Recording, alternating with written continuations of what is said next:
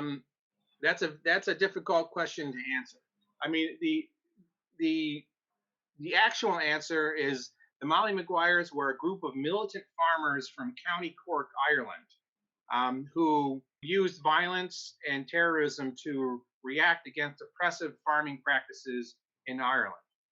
So that's the literal group of who the Molly Maguires were.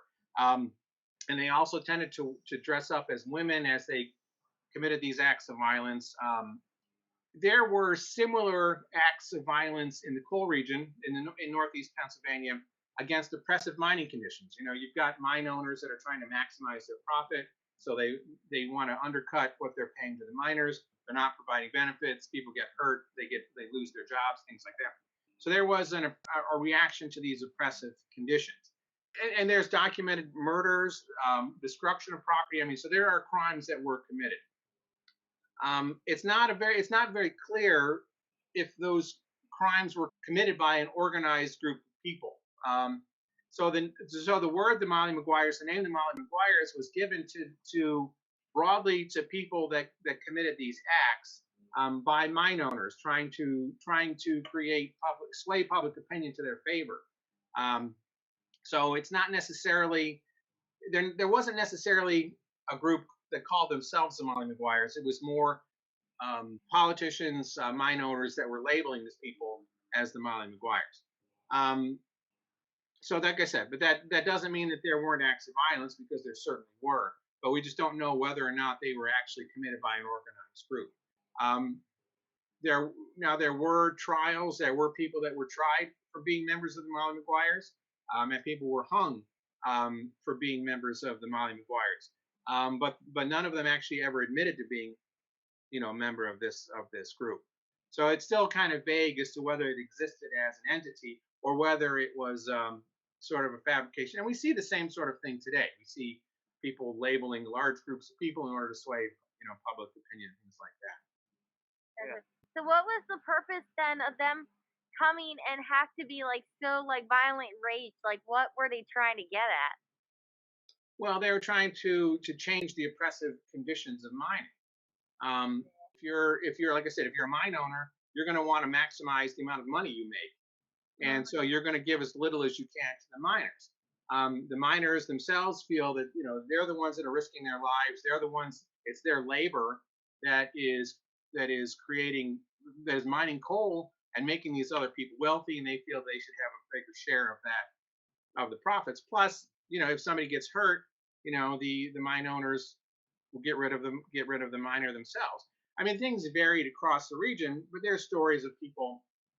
If a miner gets killed, the wife gets booted out of the company house because there isn't any. They need to have a space for somebody that's going to mine coal. So it was an early form of what unions did, in the future. But if you look at some types of acts of violence today across the world, it's a reaction of people that don't have much power or much agency to affect to affect changes any other way.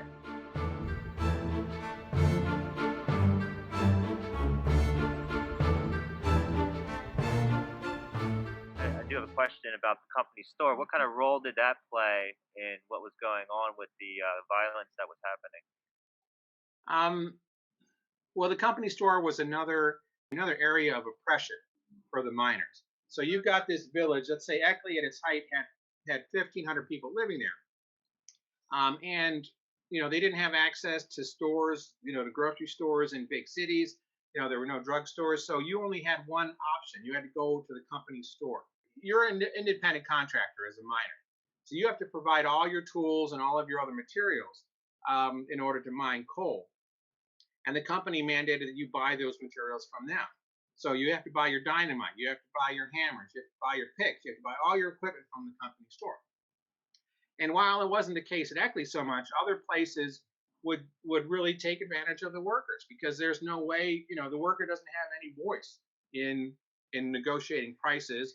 The price of dynamite might be 3 times higher at the company store than it is in town. So it was a means of oppression, and also because the company stores would sell things on credit. you would wind up with people that had the huge debts that they owed to the company, and they may never get out of those debts. If the company doesn't, only gives you 2 days of mining a week, well, you're not going to, you still have to buy food for your family, so you're gonna owe money to the company store for that food that you bought. So it was a source of oppression and control over the workers. So the miners felt that they would resist it against it. But keep in mind too that the movie was a movie. While the depictions of life in the village and underground mining were very accurate, a lot of it was it was a story.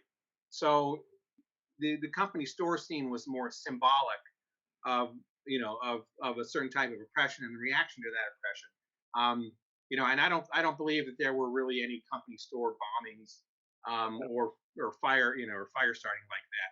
And also the way the company store was laid out in the film was very different from the way company stores would have been actually laid out in a coal town. Okay, very interesting. Yes. All right, so since we're on the topic of the Molly Maguires, who were the Pinkertons, and how are they involved with this whole thing? Well, the Pinkertons were a private detective agency, and they were a nationwide company. You might think of private security firms today. So they're companies that still exist like this. So the Pinkertons were hired by the mine owners to stop the violence that was perpetrated by miners who may or may not have been Molly Maguires. So the story of the movie, and actually that part was based on real life. So there was actually a Pinkerton that infiltrated certain organizations that may or may not have been Molly Maguires, and then turned evidence against them at the trial that led to their executions. I'd say too, you find Pinkertons involved in a lot of labor disputes across the country. So it's not just here, like in Homestead, in Detroit and other areas too, other industrial areas.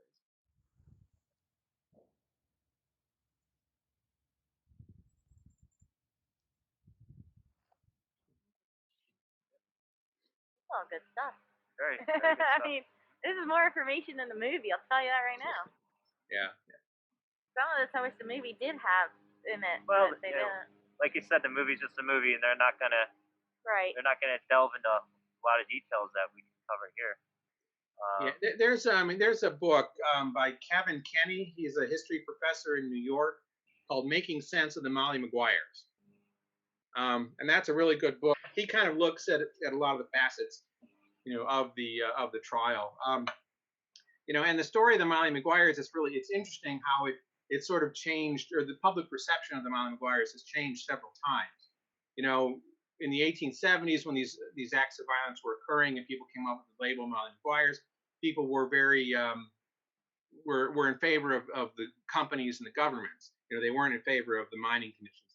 But when you get into the 20th century and people start looking at mining conditions and the rise of unions and really working conditions, and then public sentiment towards the Molly Maguires has shifted towards more favorable opinion of the workers as opposed to the mine companies. And part of the problem with the movie was that it's not clear that there's one particular group that's better than the other. There's no heroes, there's no anti-heroes. It's all kind of a gray area, and that led partly to the fact that the movie wasn't really a great box office success. That's a really good point. And I think that after we watched the movie, we were both kind of confused as to who was on what side and who was who in that movie. Yeah, right. They definitely were. And I didn't mean to do it. He had to keep me. He was like, "You're falling asleep," and I'm like, "I can't help it. This is slow moving." But I mean, I got most of the concept. But I mean, I just fell asleep just to the little parts that didn't really even matter anyway. But yeah, it was just I don't know.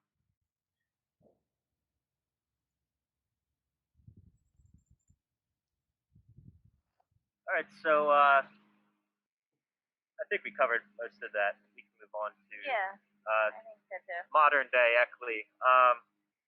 So how has the village evolved over time? Well, because of the movie, Eckley became a state historic site. So prior to the film, the village was going to be demolished and they were going to strip mine the coal underneath. Paramount Studios came in, rented the entire village from the owner, so there was still one owner at the time. They transformed, how the village had evolved in the 1960s back to an 1870s setting. So they buried power lines, they hid electrical boxes on the houses, they buried phone lines, they brought in dirt to cover the road. They built new structures to sort of fill in, those gaps in the landscape for the story. And then when they finished filming, you had an 1870s, 90%, 80% authentic, and 20% sort of reconstructed. So you have this village. So it became apparent to several people in the region that we should save this work and turn it into a state historic site. So a group in Hazleton raised money, bought the village from the owner, kept a lot of the buildings that were built for the film, and then turned it over to the Pennsylvania Historical Museum Commission for a historic site. So a lot of the history of Eckley sort of follows the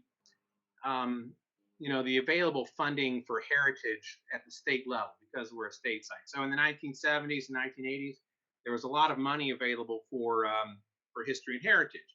That was a boom period for people's interest in history. So you saw the growth of support organizations. You saw a big staff. You saw a lot of money invested into infrastructure and restoration. And then as that money has been reallocated to other places in the state government, you've seen less available, for management of the site. But there's still a pretty active volunteer organization. The site still puts on several programs a year, and we're active. We do have active school tours and public tours, things like that. So it's still an active site, but there just isn't as much money available as there was, years ago. Who was James McParland? McParland was the Pinkerton guard that went undercover to infiltrate who they called the Molly Maguires. Actually, he infiltrated the Irish, the Ancient Order of Hibernians, which is the Irish Benevolent Association, who many had argued was the parent organization to the Molly Maguires. Okay. So McParland was a Pinkerton detective, and he's a real character, a real person in real